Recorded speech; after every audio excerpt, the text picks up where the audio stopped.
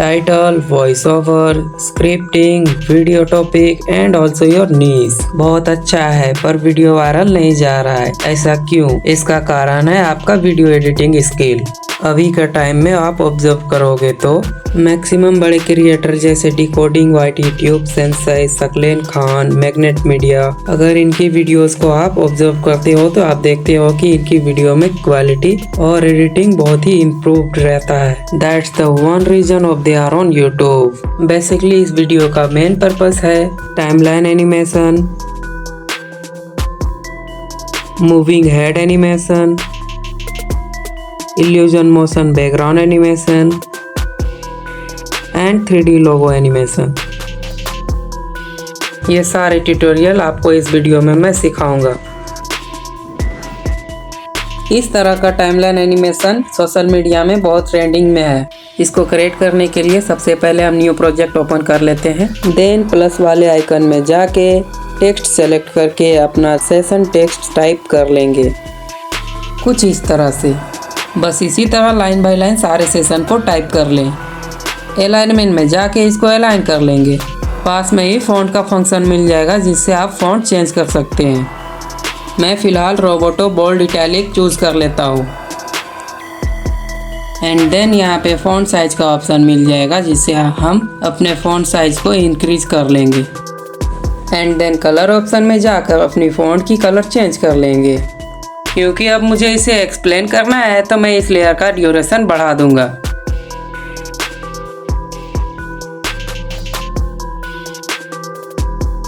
कुछ इस तरह से। And then move on transform में जाके लेयर के स्टार्टिंग पॉइंट पे एक की फ्रेम लगा के इसको अच्छे से सेंटर में सेट कर लेंगे। That's perfect. अब मैं चाहता हूँ कि मेरा एनिमेशन 3 सेकंड के बाद ख़त्म हो, तो इसके लिए मैं एक और की फ्रेम का इस्तेमाल करूँगा कुछ इस तरह से। की फ्रेम लगाने के बाद इसे ड्रैग करके कुछ इस तरह से सेट करेंगे कि सेशन 2030 हमारा एंडिंग पॉइंट बने।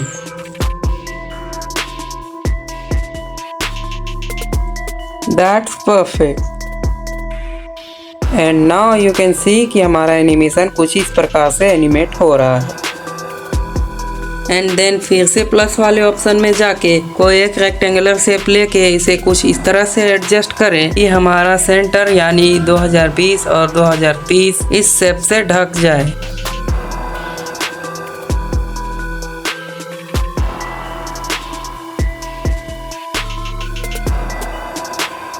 कुछ इस तरह से। एंड ऑल्सो शेप की टाइमलाइन की ड्यूरेशन को भी बढ़ा देंगे।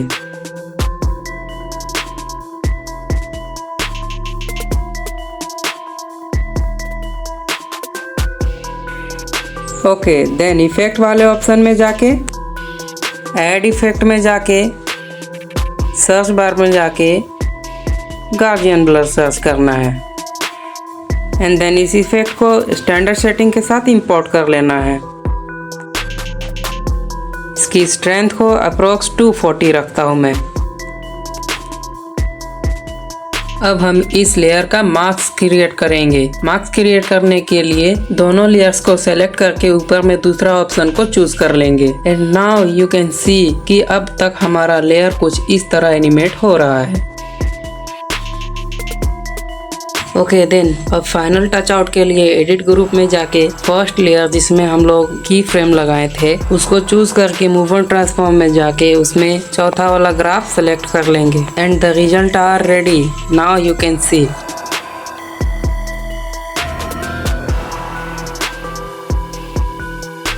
इस तरह का animation Tube Sensei, Decoding YT, Dhruv Rathee जैसे बड़े क्रिएटर ये एनिमेशन ज्यादातर एक्सप्लेनेशन के समय दिखाते हैं ताकि व्यूअर को टॉपिक समझने में कोई परेशानी ना हो। अब इसको बनाते कैसे हैं? एक न्यू प्रोजेक्ट ओपन करके एक एलिमेंट या इमेज ऐड कर लेंगे लाइक दिस। देन अब हम इस इमेज के सर को एनिमेट करेंगे। उसके लिए इफेक्ट में जाएंगे और बेंड सर्च करके उसे स्टैंडर्ड सेटिंग के साथ इम्पोर्ट कर लेंगे। इतना करने के बाद हम फिर से इफेक्ट वाले सेक्शन में जाएंगे और लेयर के स्टार्टिंग पॉइंट में एक की फ्रेम लगाएंगे। और अब हम चाहते हैं कि हमारा एनिमेशन 4 सेकंड के बाद खत्म हो जाए। उसके लिए स्टार्टिंग पॉइंट से 4 सेकंड की दूरी में एक और की फ्रेम लगाएंगे। अब उसी की फ्रेम में बॉटम एंगल को हम अप्रोक्स 8 डिग्री कर देंगे। एंड देन स्टार्टिंग की फ्रेम में हम इसे कुछ इस तरह से एडजस्ट करेंगे कि ये दूसरा की फ्रेम से अपोजिट मूव करे। वो -8 था तो हम इसे +8 में रख लेंगे। अब आप देख सकते हैं कि हमारा एनिमेशन कुछ इस तरह से एनिमेट हो रहा है।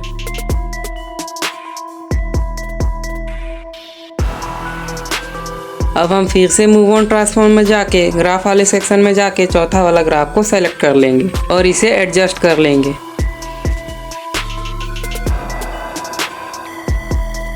नाउ यू कैन सी कि अब हमारा एलिमेंट सिर के साथ साथ शरीर भी मूव कर रहा है।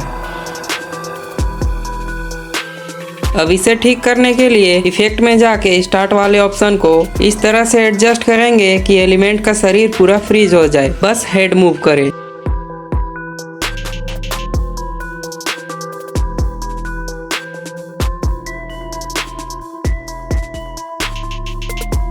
मैं फिलहाल स्टार्ट की वैल्यू 65% रखता हूँ।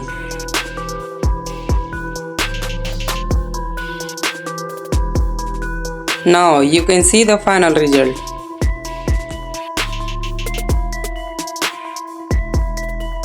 इस तरह का मोशन बैकग्राउंड आपने कहीं ना कहीं बड़े क्रिएटर्स के वीडियो में देखा ही होगा। ये मैक्सिमम मास्क क्रिएट करने में यूज किया जाता है। अब इसे बनाते कैसे हैं, उसके लिए हम एक न्यू प्रोजेक्ट ओपन कर लेंगे। देन प्लस वाले आइकन में जाके कोई एक टेक्स्ट ले लेता हूँ। फॉर एग्जांपल मैं अपना चैनल का नाम ले लेता हूँ। अभी ये टेक्स्ट बहुत ही छोटा है। अब इसके साइज को इंक्रीज करके हम कोई एक नया अच्छा सा फॉन्ट ले लेंगे।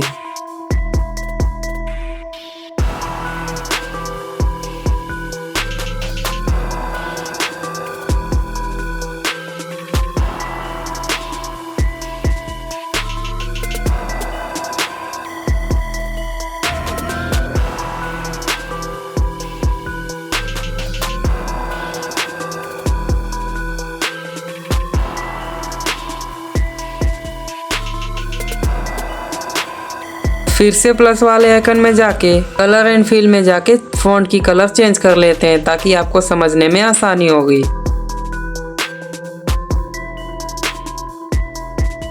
ओके देन ये कलर ज़्यादा अच्छा है तो मैं इस कलर को रहने दूंगा।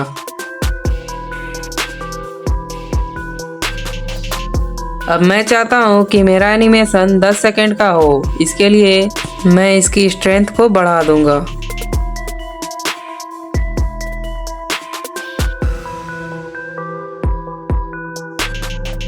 अब इतना सब कुछ होने के बाद इफेक्ट वाले ऑप्शन में जाके ग्रिड रिपीट सर्च करना है।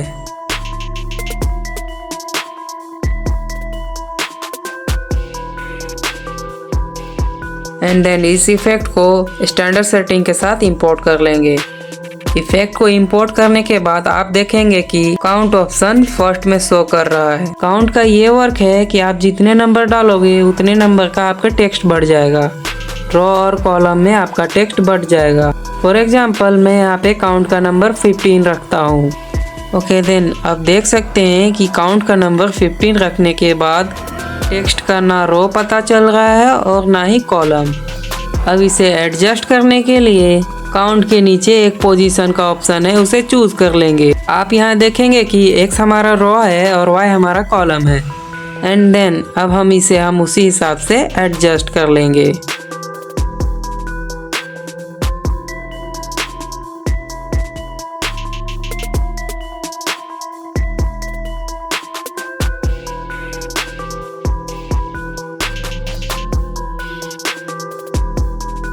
ओके देन अब इतना सब कुछ होने के बाद स्टैगर वाले ऑप्शन में जाके लेयर के फर्स्ट पॉइंट में जाके इसे कुछ इस तरह एडजस्ट करेंगे कि हमारा रो आगे पीछे हो जाए।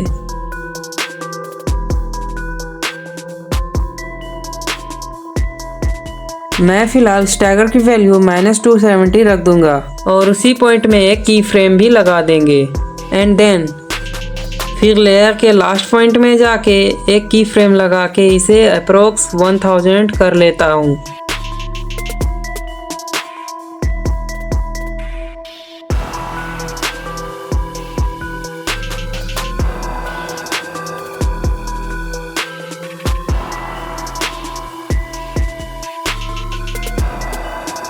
Okay then now you can see कि अब तक हमारा एनिमेशन कुछ इस तरह से एनिमेट हो रहा है।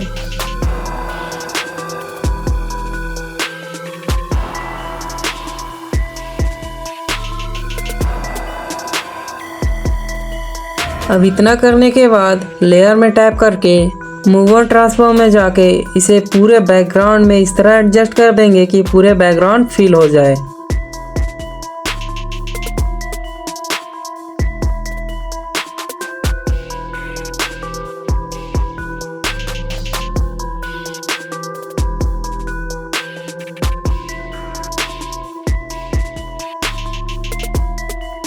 याद रहे कि हमारा एनिमेशन प्ले के दौरान कोई भी जगह खाली ना रहे।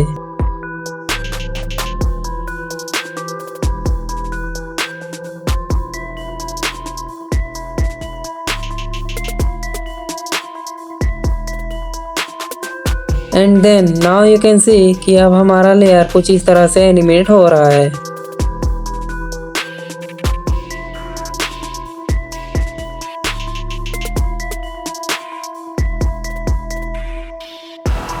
अब इतना होने के बाद हम एंगल वाले ऑप्शन में जाके एंगल की वैल्यू अप्रोक्स 20 डिग्री रख लूँगा।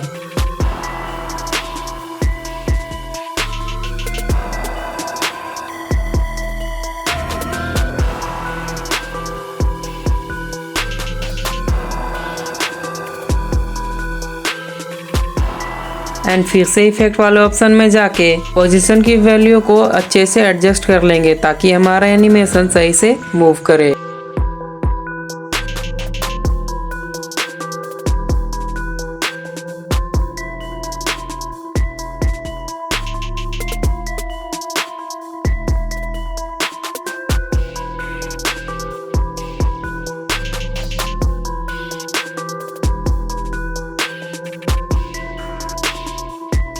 कुछ इस तरह से।